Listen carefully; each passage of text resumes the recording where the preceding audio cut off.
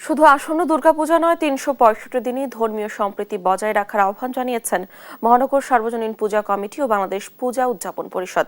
রাজধানীর ঢাকেশ্বরী জাতীয় মন্দিরের সংবাদ সম্মেলনে তারা অভিযোগ করে বলেন, একদিকে পূজা উদযাপনের কথা বলা হচ্ছে, অন্যদিকে বিভিন্ন মন্দিরে প্রতিমা ভাঙচুর হচ্ছে। কুষ্টিয়া, ঝিনাইদহ, পঞ্চগড়, নাটোর সহ ১৩ জেলায় দুর্গাপূজার প্রস্তুতির মধ্যেই প্রতিমা ভাঙচুরের অভিযোগ করেন তারা। তবে আইনশৃঙ্খলা রক্ষাকারী বাহিনী তাৎক্ষণিক ব্যবস্থা নেওয়ার সন্তোষ প্রকাশ করেন তারা। দুর্গাপূজার অষ্টমী থেকে দশমী পর্যন্ত ৩ দিন ছুটি সহ সংখ্যালঘুদের স্বার্থ রক্ষায় ৮ দফা দাবি তুলে ধরা হয় সংবাদ সম্মেলনে। ঢাকা মহানগরে এবার 259টি পূজা অনুষ্ঠিত হচ্ছে।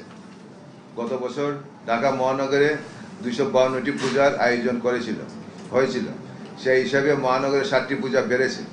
সারা দেশে এ পর্যন্ত যেসব তথ্য আমাদের হাতে এসেছে তাতে দেখা যাচ্ছে 33,355টি পূজা অনুষ্ঠিত হচ্ছে।